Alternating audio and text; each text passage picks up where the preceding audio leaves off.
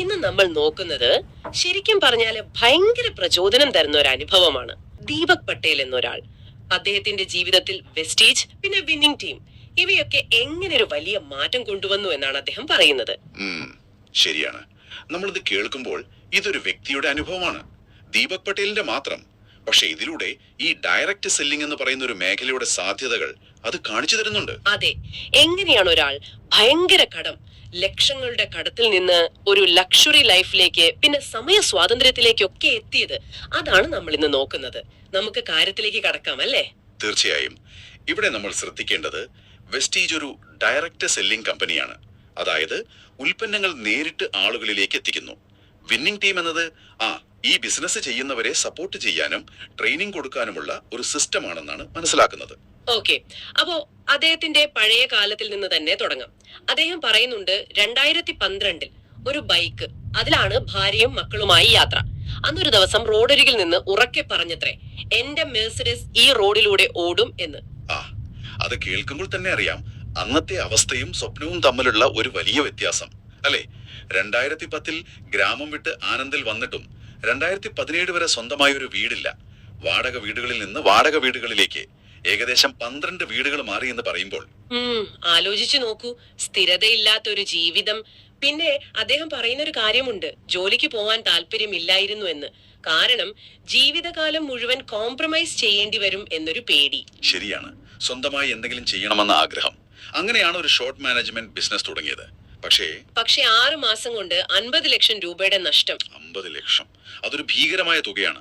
ആ ഒരു കടം അത് വല്ലാത്തൊരു മാനസിക സമ്മർദ്ദം ഉണ്ടാക്കിയിട്ടുണ്ടാവും. ഫോൺ കോളുകൾ, ബാങ്കുകാരുടെ വിളി, എന്താ പറയാ, വല്ലാത്തൊരവസ്ഥ.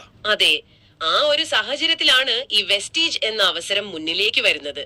പക്ഷെ അദ്ദേഹം ഉടനെ ചാടി കയറിയില്ല. അതാണ് ശ്രദ്ധിക്കേണ്ടത്. ആദ്യം അതിനെക്കുറിച്ച് പഠിച്ചു, വീഡിയോസ് ഒക്കെ കണ്ടു. സ്റ്റഡി ചെയ്ത എന്ന് അദ്ദേഹം തന്നെ പറയുന്നുണ്ട്, പഠിച്ചു എന്ന്. പിന്നെ വിജയിച്ച ആളുകളെ ശ്രദ്ധിച്ചു. BMW, മെർസഡീസ്, ഔഡി ഒക്കെ വാങ്ങിയവരുടെ കഥകൾ കേട്ടു. അപ്പോ ഒരു പ്രതീക്ഷ വന്നു, ഇവിടെ എന്തെങ്കിലും നടക്കും, എന്റെ സ്വപ്നം നടക്കും എന്നൊരു തോന്നല്. ശരിയാണ്, ഒരു വെളിച്ചം കണ്ട പോലെ.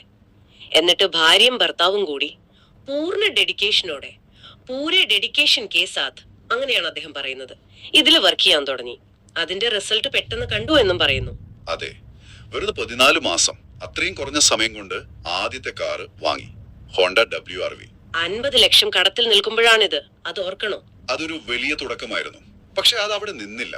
പിന്നീട് അദ്ദേഹത്തിന്റെ ടീമില് അദ്ദേഹം ഈ ബിസിനസ്സിലേക്ക് കൊണ്ടുവന്ന ആളുകളുടെ ഇടയിൽ 14-ലധികം കാറുകൾ. 14-ലധികം കാറുകൾ. അത് വ്യക്തിഗത വിജയം മാത്രമല്ല, ആ ടീം വർക്കിന്റെ, ആ സിസ്റ്റത്തിന്റെ ഒരു വിജയം കൂടിയാണ് കാണിക്കുന്നത് അല്ലേ? തീർച്ചയായും. ഡയറക്റ്റ് സെല്ലിങ്ങില് ആ ടീം ബിൽഡിംഗ്, ആ നെറ്റ്വർക്ക്, അതിന് വലിയ പ്രാധാന്യമുണ്ട്. ഒരു സിസ്റ്റം ഫോളോ ചെയ്യുമ്പോൾ മറ്റുള്ളവർക്കും അത് സാധ്യമാകുന്നു എന്നൊരു സൂചനയാണത്. ഒരു സിമ്പിൾ സിസ്റ്റം. അതെ, ഇനി പറയുന്നതാണ് ഏറ്റവും പ്രധാനം. ആ 50 ലക്ഷം രൂപയുടെ കടം അത് എത്ര കാലം കൊണ്ട് വീട്ടി എന്നറിയാമോ? എത്ര? വെറും 36 മാസം, 3 വർഷം. ആ ഭീമമായ കടം മുഴുവൻ ഈ ബിസിനസ്സിലൂടെ വീട്ടാൻ പറ്റി എന്ന് അദ്ദേഹം പറയുന്നു. 3 വർഷം കൊണ്ട് 50 ലക്ഷം കടം വീട്ടുക എന്ന് പറഞ്ഞാൽ അത് വിശ്വസിക്കാൻ പ്രയാസമാണ്. അതെ, ഇതിന് കാരണം വെസ്റ്റീജും പിന്നെ ആ വിന്നിംഗ് ടീമിന്റെ സപ്പോർട്ട് സിസ്റ്റവുമാണെന്ന് അദ്ദേഹം എടുത്തു പറയുന്നുണ്ട്. ഇപ്പോൾ അദ്ദേഹം പറയുന്നത് ടോട്ടലി ടെൻഷൻ ഫ്രീ എന്നാണ്. ഒരു ടെൻഷനും ഇല്ല. ശരിക്കും അതാണ് ഏറ്റവും വലിയ കാര്യം. ആ കടത്തിൽ നിന്ന്, ആ മാനസിക പിരിമുറുക്കത്തിൽ നിന്ന് ഒരു മോചനം. സാമ്പത്തികമായി മാത്രമല്ല, മാനസികമായും ഒരു ഫ്രീഡം കിട്ടി. അതിന് കാരണം ഈ അവസരവും ആ സിസ്റ്റവുമാണെന്നാണ് അദ്ദേഹം പറയുന്നത്. ഒരുപക്ഷെ ആ സിസ്റ്റം പിന്തുടരാൻ വളരെ ലളിതമായിരിക്കാം. അതെ, അതൊരു പ്രധാന പോയിന്റ് ആണ്. ഇനി ഇപ്പോഴത്തെ ജീവിതം എങ്ങനെ ലക്ഷറി ലൈഫ് ആസ്വദിക്കുന്നു, പിന്നെ ടൈം ഫ്രീഡം, സമയ സ്വാതന്ത്ര്യം, എപ്പോ വേണമെങ്കിലും എവിടെ വേണമെങ്കിലും പോകാം, ആ ഒരു ഫ്രീഡം. പിന്നെ ആനന്ദ് സിറ്റിയിൽ തന്നെ നല്ലൊരു ലൊക്കേഷനിൽ സ്വന്തമായി വീടും വാങ്ങി. ഓർക്കണം, ഇതേ സിറ്റിയിലാണ് വാടക വീടുകളിൽ മാറി മാറി താമസിച്ചത്. ശരിയാണ്. പണ്ട് ബൈക്കിലിരുന്ന് മെർസഡീസ് സ്വപ്നം കണ്ട അതേ റോഡിൽ ഉടനെ തന്റെ ബെൻസ് പാർക്ക് ചെയ്യുമെന്ന ആത്മവിശ്വാസവും അദ്ദേഹം പറയുന്നുണ്ട്. ആ വാക്കുകളിൽ ആ കോൺഫിഡൻസ് കാണാനുണ്ട്. ഇത് തനിക്ക് മാത്രം കിട്ടിയ ഒന്നല്ല. ഒരുപാട് പേരുടെ വീട്ടിലേക്ക് പണം വരുന്നു, അവർ കാറുകൾ വാങ്ങുന്നു, വീടുകൾ വെക്കുന്നു എന്നൊക്കെ പറയുമ്പോൾ ഇത് മറ്റുള്ളവർക്കും സാധ്യമാകുന്ന, ഒരുപക്ഷെ പിന്തുടരാൻ എളുപ്പമുള്ള ഒരു അവസരമാണെന്നാണ് അദ്ദേഹം പറയാതെ പറയുന്നത്. അതെ, അദ്ദേഹത്തിന്റെ വാചകം തന്നെ ശ്രദ്ധേയമാണ്. നിങ്ങൾ ഇതിൽ പ്രവർത്തിച്ചാൽ വലിയ പണം ഉണ്ടാക്കാൻ സാധിക്കും. ഇത് കേൾക്കുന്ന നിങ്ങൾക്ക് ചിലപ്പോൾ ഇതെനിക്കും പറ്റുമോ എന്നൊരു ചിന്ത വരാം. തുടക്കത്തിലെ ആ അവസ്ഥയിൽ നിന്ന് ഈ ഒരു നിലയിലേക്ക് എത്താൻ പറ്റിയെന്നത് ശരിക്കും ഒരു വലിയ കാര്യം തന്നെ. വെസ്റ്റീജും വിന്നിംഗ് ടീമും നൽകുന്ന അവസരം വളരെ സിമ്പിൾ എന്നാൽ പവർഫുൾ ആണെന്നാണ് ഇത് കാണിക്കുന്നത്. നമ്മൾ ഓർക്കണം, 50 ലക്ഷം കടത്തിൽ നിന്ന് 3 വർഷം കൊണ്ട് രക്ഷപ്പെട്ടു എന്ന് പറയുമ്പോൾ അവിടെ അദ്ദേഹത്തിന്റെ പ്രയത്നമുണ്ട്, ഭാര്യയുടെ പിന്തുണയുണ്ട്, ആ അവസരത്തെക്കുറിച്ച് പഠിക്കാനും വിശ്വസിക്കാനും തയ്യാറായി, പിന്നെ ആ വിന്നിംഗ് ടീം സിസ്റ്റം പിന്തുടർന്നു.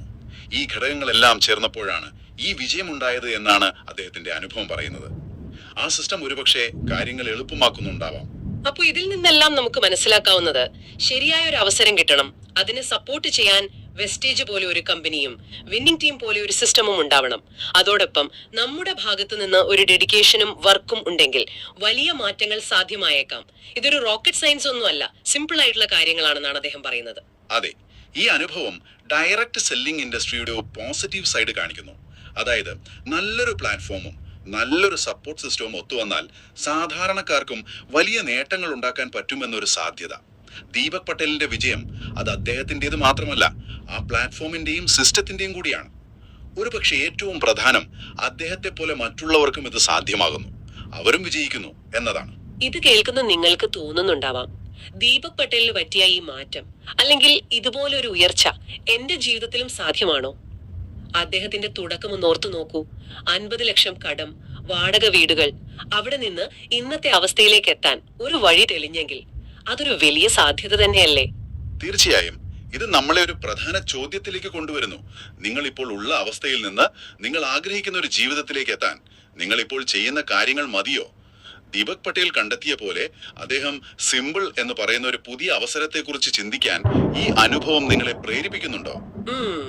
ഒരുപക്ഷെ നിലവിലെ വഴികൾ പോരെന്ന് തോന്നുന്നുണ്ടെങ്കിൽ പുതിയ സാധ്യതകളെ കുറിച്ച് അന്വേഷിക്കുന്നത് നല്ലതായിരിക്കും. ദീപക് പട്ടേലിന്റെ കഥ ഒരു ഉദാഹരണം മാത്രം. ഇതുപോലുള്ള അവസരങ്ങൾ, അവയെക്കുറിച്ച് കൂടുതൽ അറിയാനും അത് നിങ്ങൾക്ക് ചേർന്നതാണോ എന്ന് നോക്കാനുമുള്ള ഒരു ചിന്ത ഒരുപക്ഷെ അതൊരു പുതിയ തുടക്കമായേക്കാം.